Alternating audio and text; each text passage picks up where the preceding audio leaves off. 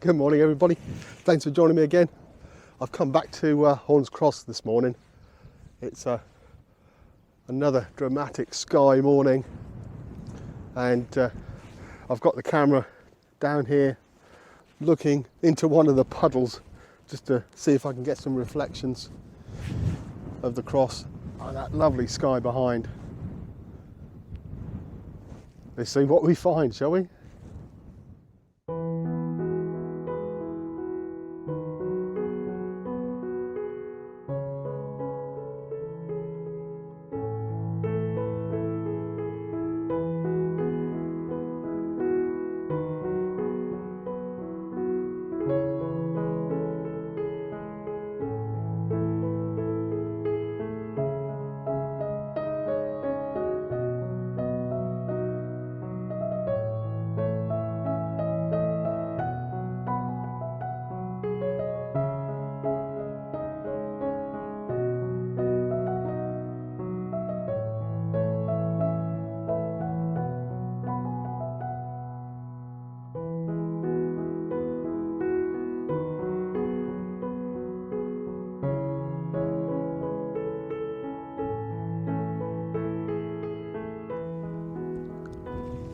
Well, let's show you what I'm trying to do.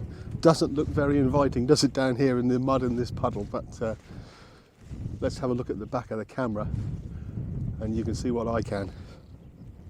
I'm having a little bit of difficulty. I've brought out two tripods.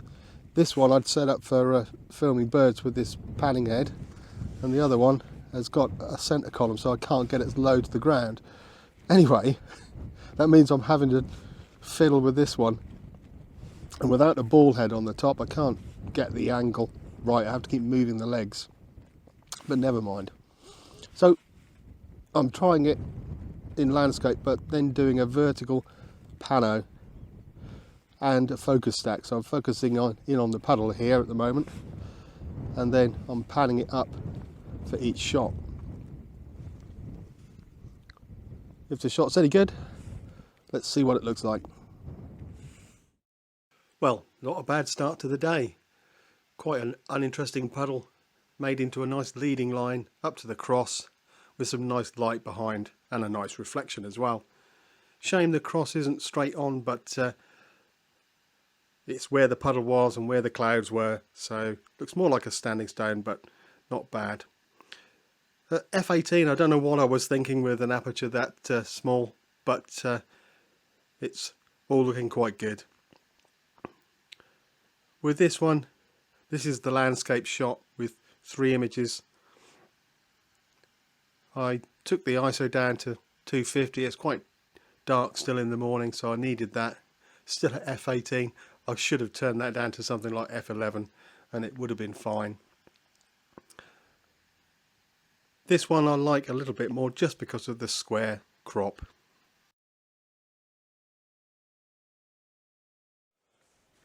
So also while I'm here, I think I'll try and get some handheld shots just around.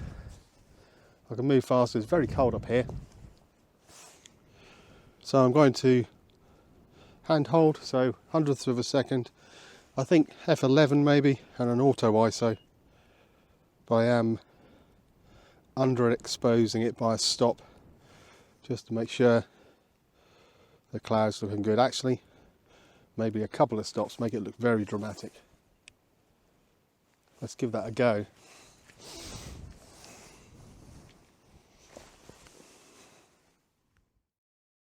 So this was my first attempt as I was walking around the cross. I've sorted the aperture out this time and am at f11, which is plenty to get a decent depth of field.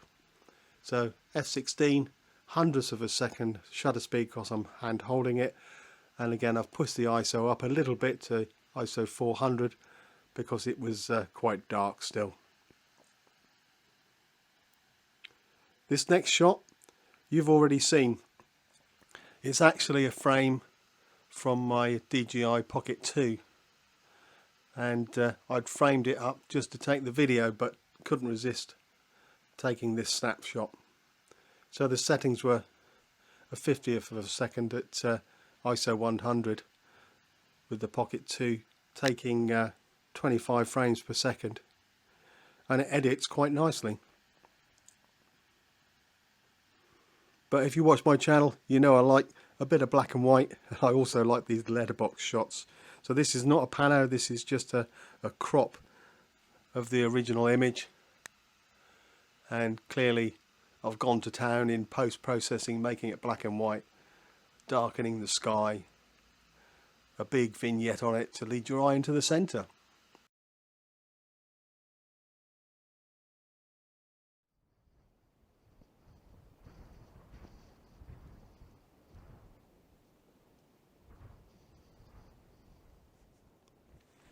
I took a shot here a couple of weeks ago of these trees with the sky behind.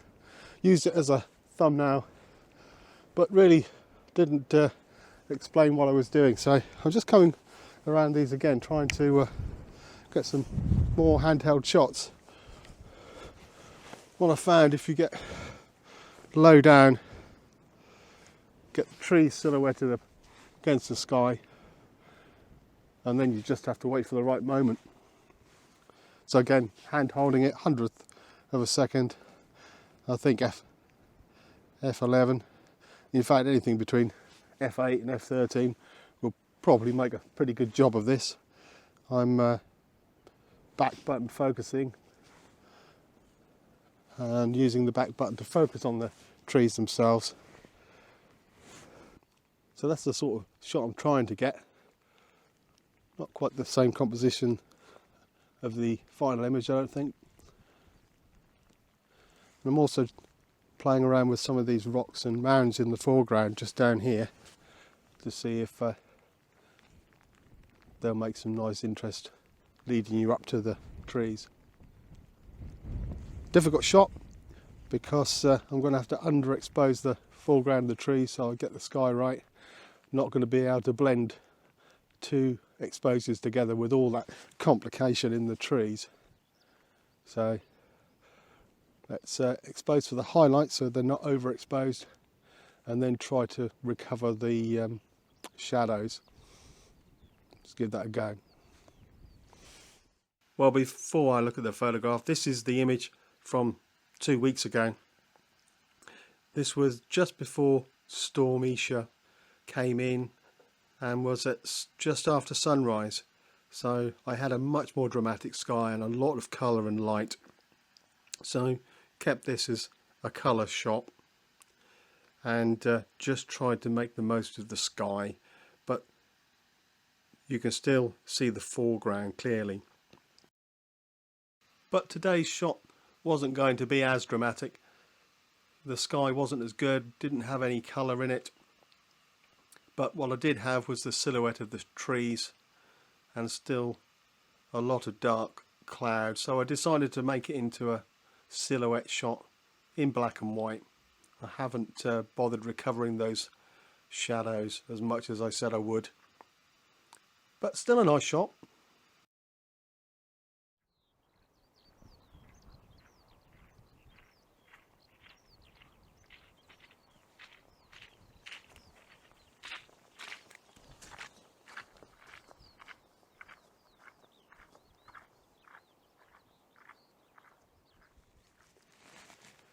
Well, I think just a short video this week. Although the sun's shining right now, there's some large showers that keep coming through. Quite difficult to keep getting the camera out and putting everything back away and shelter, especially out here on the moor. Never mind, hopefully I took some good photos this morning. And if you like the video, don't forget to subscribe to the channel. It doesn't cost anything. And I'll see you all out there somewhere next week. But for now, cheerio.